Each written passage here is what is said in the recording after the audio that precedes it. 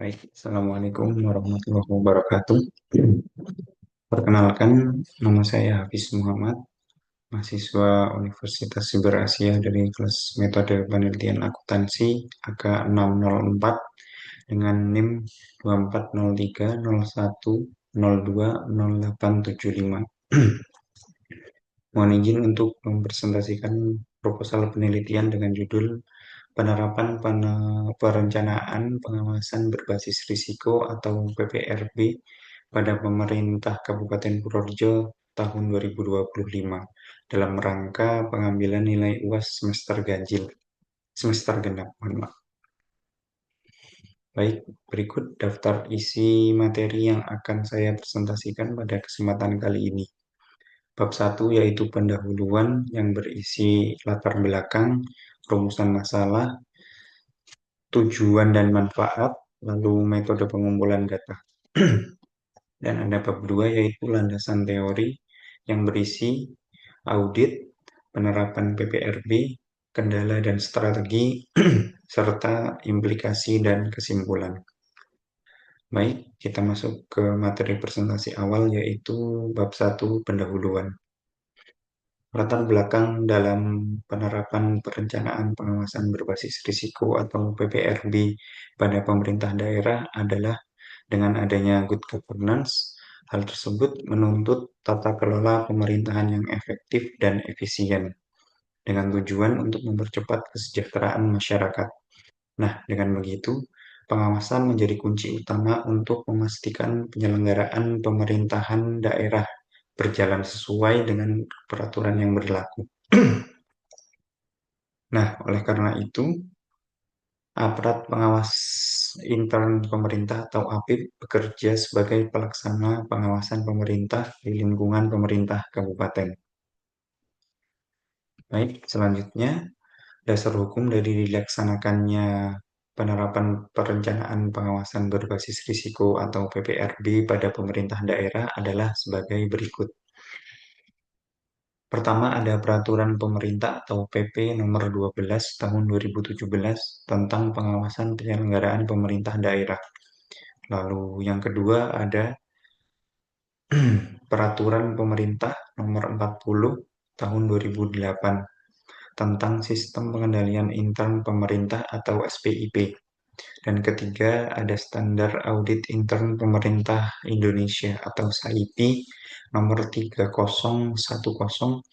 tentang rencana audit intern tahunan berbasis risiko dan sejalan dengan tujuan organisasi. Baik, selanjutnya mengenai rumusan masalah dari PPRB atau penerapan perencanaan pengawasan berbasis risiko pada pemerintah daerah. Pertama, ada bagaimana proses perencanaan pengawasan berbasis risiko di Inspektorat Pemerintah Kabupaten Purworejo. Lalu ada apakah perencanaan pengawasan berbasis risiko telah sesuai dengan ketentuan dan best practice. Dan terakhir, apa kendala dalam perencanaan PPRB dan langkah penanggulangan yang ditempuh. Next, ada tujuan dan manfaat dari dilaksanakannya PPRB pada pemerintah daerah, khususnya pada pemerintah Kabupaten Purworejo. Yang pertama, tujuannya ada untuk mengkaji proses penerapan perencanaan pengawasan berbasis risiko atau PPRB di Inspektorat Kabupaten Purworejo. Lalu ada untuk mengevaluasi kesesuaian penerapan perencanaan berbasis risiko atau PPRB dengan regulasi dan praktik terbaiknya, serta untuk menganalisis kendala serta solusinya dalam implementasi penerapan perencanaan pengawasan berbasis risiko atau PPRB. Nah, sedangkan untuk manfaatnya dibedakan atau dibagi menjadi dua hal, yaitu yang pertama ada teoretis dan manfaat praktis.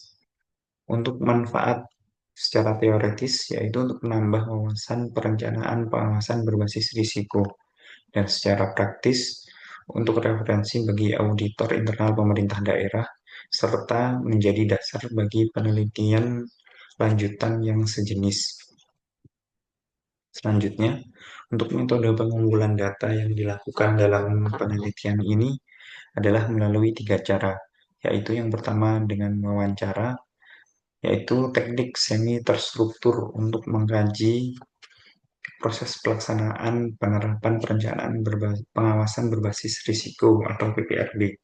Lalu ada dengan metode dokumentasi, yaitu telaah berbagai dokumen terkait penerapan perencanaan pengawasan berbasis risiko atau PPRB, seperti peta auditan, risk register, SOP, LHP, dan hasil QA kapabilitas audit. Dan yang terakhir, dengan metode studi kepustakaan, yaitu dengan kajian literatur, regulasi, dan pedoman resmi Badan Pengawasan Keuangan dan Pembangunan atau pada BPKP, serta pada Asosiasi Auditor Intern Pemerintah Indonesia atau AAIPI. Baik, kita masuk ke bab 2, yaitu landasan teori. Bahasan pertama pada bab 2 yaitu mengenai audit. Pengertian dari audit ini merupakan proses identifikasi, analisis, dan evaluasi bukti secara independen untuk menilai efektivitas dan efisiensi kegiatan pemerintah. Audit dikelompokkan atau dimasukkan dalam beberapa jenis, yaitu jenis-jenis audit ada audit keuangan, audit operasional, audit kepatuhan, audit internal, audit eksternal, dan audit-audit lainnya. Nah, pada penelitian ini akan dikhususkan pada audit internal. Apa sih audit internal itu? Audit internal itu yang mana merupakan audit yang bertujuan untuk memberikan nilai tambah dan meningkatkan operasi organisasi melalui konsultasi dan penjaminan atau assurance, termasuk tata kelola, manajemen risiko, dan pengendalian intern. Selanjutnya, mengenai risiko dan manajemen dari penerapan perencanaan pengawasan berbasis risiko atau PPRB. Risikonya itu adalah potensi kejadian yang dapat menghambat pencapaian tujuan organisasi. Lalu untuk manajemen atas risiko tersebut, yaitu dengan proses identifikasi, penilaian, ataupun pengelolaan risiko untuk memastikan tercapainya tujuan organisasi.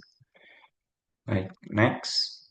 Masuk ke akan diperkenalkan mengenai audit intern berbasis risiko atau secara Inggrisnya risk-based intern audit yang biasa disingkat menjadi RBIA. Nah, audit ini atau RBIA menghubungkan pelaksanaan audit dengan kerangka manajemen risiko dari suatu organisasi.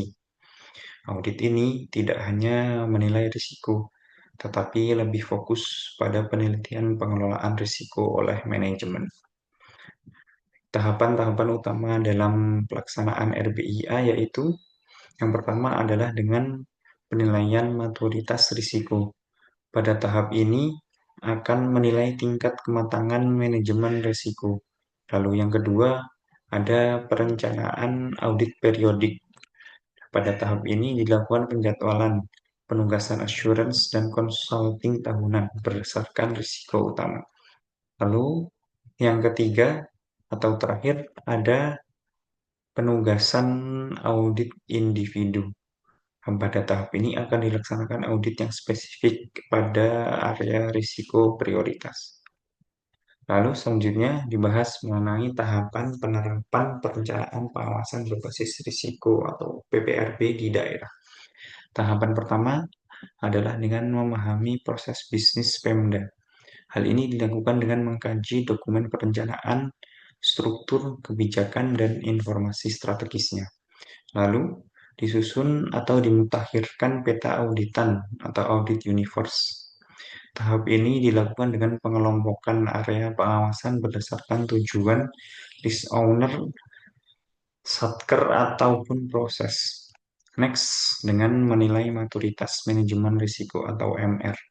Tahapannya dengan diskusi, telaah dokumen, evaluasi risk register, penilaian root cause, dan kecukupan pengendalian.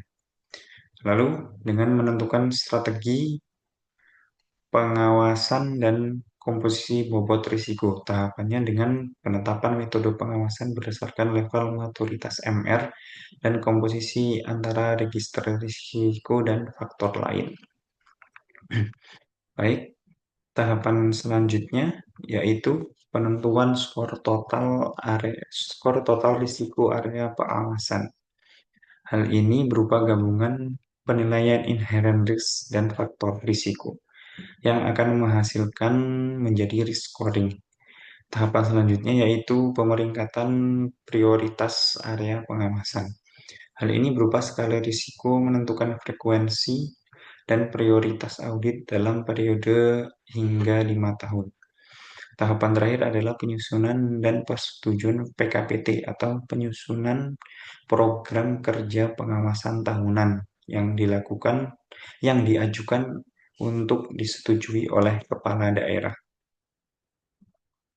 Baik, bahasan selanjutnya mengenai kendala dan strategi penanggulangannya. Kendala dalam penerapan perencanaan pengawasan berbasis risiko atau PPRB adalah berupa yang pertama keterbatasan SDM dan alat audit. Yang kedua, ada kurangnya pemahaman manajemen terhadap manajemen risiko. Lalu ada register risiko yang belum optimal. Selanjutnya, ada sinergi antara unit kerja yang masih rendah. Dan yang terakhir berupa pembaruan peta, auditan, dan risiko yang kurang update. Sedangkan untuk penanggulangannya adalah dengan pelatihan, sosialisasi, dan pendampingan kepada OPD dan internal inspektorat. Lalu dengan penguatan kolaborasi lintas unit dan stakeholder. Selanjutnya dengan optimalisasi penggunaan teknologi informasi dan tools audit. Dan terakhir adalah dengan evaluasi berkala dan updating data risiko serta dokumen perencanaan audit. Nah, pembahasan terakhir yaitu mengenai implikasi dan kesimpulannya.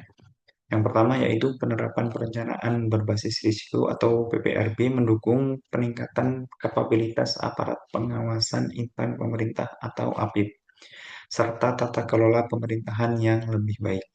Yang kedua adalah implementasi tahapan penerapan PPRB secara konsisten akan memitigasi risiko signifikan dan mendukung pencapaian tujuan Pemkab Purworejo.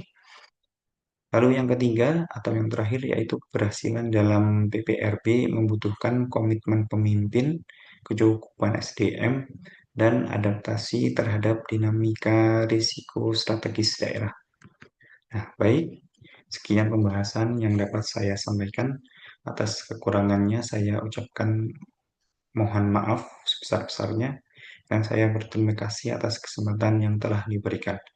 Wassalamualaikum warahmatullahi wabarakatuh.